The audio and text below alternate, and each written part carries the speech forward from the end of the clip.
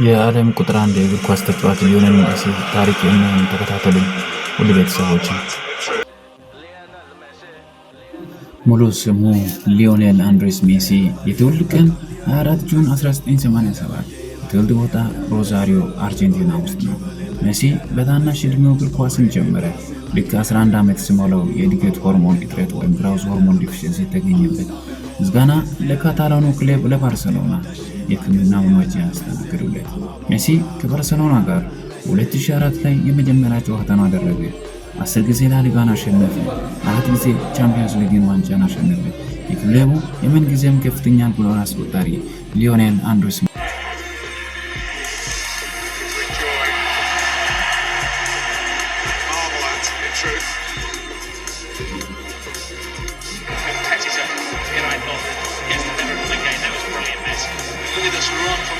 ሊዮኔል አንድሬስ ሜሲ በፈረንጆቹ 21 ወደ ፓሪስ ሳን ጀርመን ሄደ። ብዙ ቢጠበቅም የፓሪሱ ቆይታው ብዙም አልሰመረለትም። አልጋ በአልጋ አልሆነም። ከ3 ዓመት ቆይታ በኋላ ሊዮኔል አንድሬስ ሜሲ ኢንተር ሚያሚን ተቀላቀለ። ልክ በመጣበት ዓመት የ2023 የሜጀር ሊግ ሶከር ካፕ አሸናፊ ሆነ። በ2024 የሜጀር ሊግ ሶከር ሰፖርተርስ ሺልድ አሸናፊ ሆነ። ቀጠለም ሊዮ ሜሲ በ2025 የሜጀር ሊግ ሶከር ካፕ አሸናፊም ሆነ። ሊዮ አንድሬስ ሜሲ ሁልጊዜም ሜሲ አንደኛ ነው።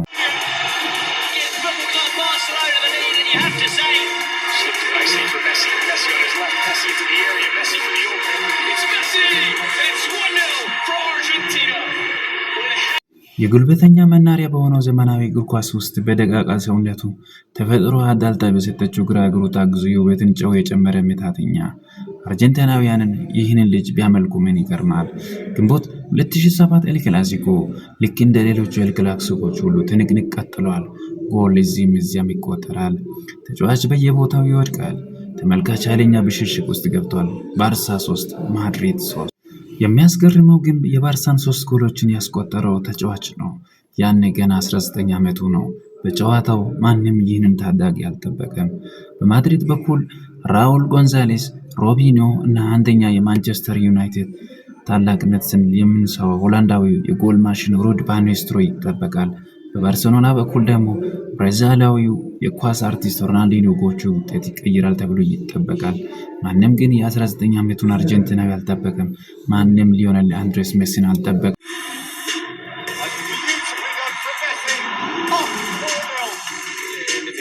Arranca Messi, ha dejado en el camino al primero, puede también con el segundo, quiere más, ahí está el tercero, cae al suelo. This man is absolutely different. Galaxy altogether. We are living. ግን ሁሉም ባልጠበቀው መልኩ ይህ ታዳጊ በደርቢው ትንቅንቅ 3 ጎሎችን አስቆጠረ። ሜሲ ሃትሪክ። በዚህ መልኩ ጉዞውን የጀመረው ያነው ታዳጊ የአሁኑ የእግር ኳስ ነፃ አውጪ ከማሪያ ጄብ የማይገርመው የአርጀንቲናውያን ጣዖት ሊዮኔል አንድሬስ ሜሲ።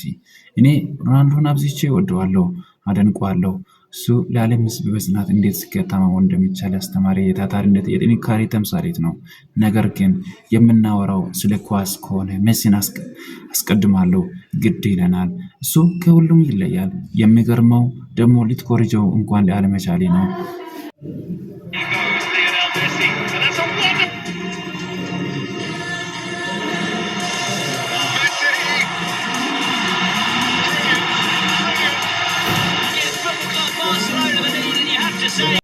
ግን እሱ ምንም ቢያደርግ ምንም ቢሰራ አይደንቀውም። ከሰው ልጅ አእምሮ በላይ የሆነ የፊዚክስ ሕግን የጣሰ ተአምር አሳይቶ አንተ በግርም ጣፍን ይዘህ ደጋፊው በደስታ መሬት ጠቦት፣ እሱ ግን ጣቶቹን ወደ ሰማይ ከመቀሰር የዘለለ የተለየ ጭፈራ እንኳን አልሳየም። በቃ እንድትወደው ያስገድዳል። የሚጎላውን ነገር ማግኘት ይከብዳል። ባለፉት 25 ዓመታት በርካታ ኮከቦች ታይተዋል። አንዳቸውም ግን አጠገቡ አይደርሱም። በትውልዱ ከታዩት ኮከቦች ሁሉ ይልቃል። ሊዮኔል አንድሬስ ሜሲ የተጫዋቾች ጥግ ጎት። እንደ ሮናልዶ እስካሉ በራሱ ላይ እንደቀለዱ ይቁጠሩት። ሮናልዶ ትልቁ፣ ዚዳን፣ ፊጎ፣ ራውል፣ ካንቶና፣ ሪቫልዶ፣ ቤርካም፣ ኦንሪ፣ ዚላታን፣ ቶቲ፣ ዣቪ፣ ኢኒየስታ ካሉም አሁንም በራሱ ላይ ቀልደዋል። ዓለም ያለፉትን 25 ዓመታት እግር ኳስን በአግባቡ አልተከታተሉ ማለት ነው። ምናልባትም ብራዚላዊ ኮከቦቹ ይፎካከሩ ይሆናል።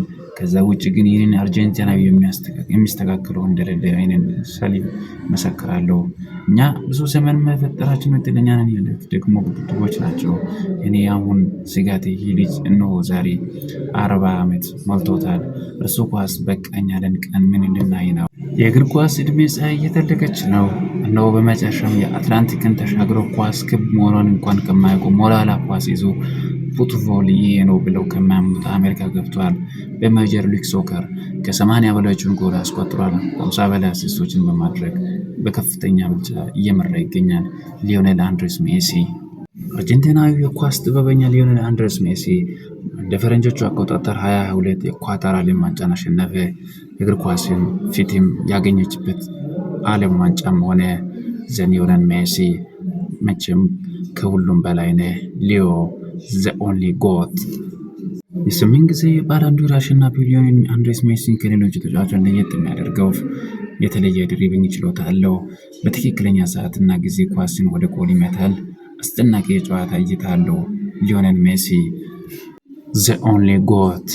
ፕላስ ምልክት በመጫን ቤተሰብ ሆኖ በቀጣይ በሌላ ቪዲዮ እመጣለሁ። አመሰግናለሁ።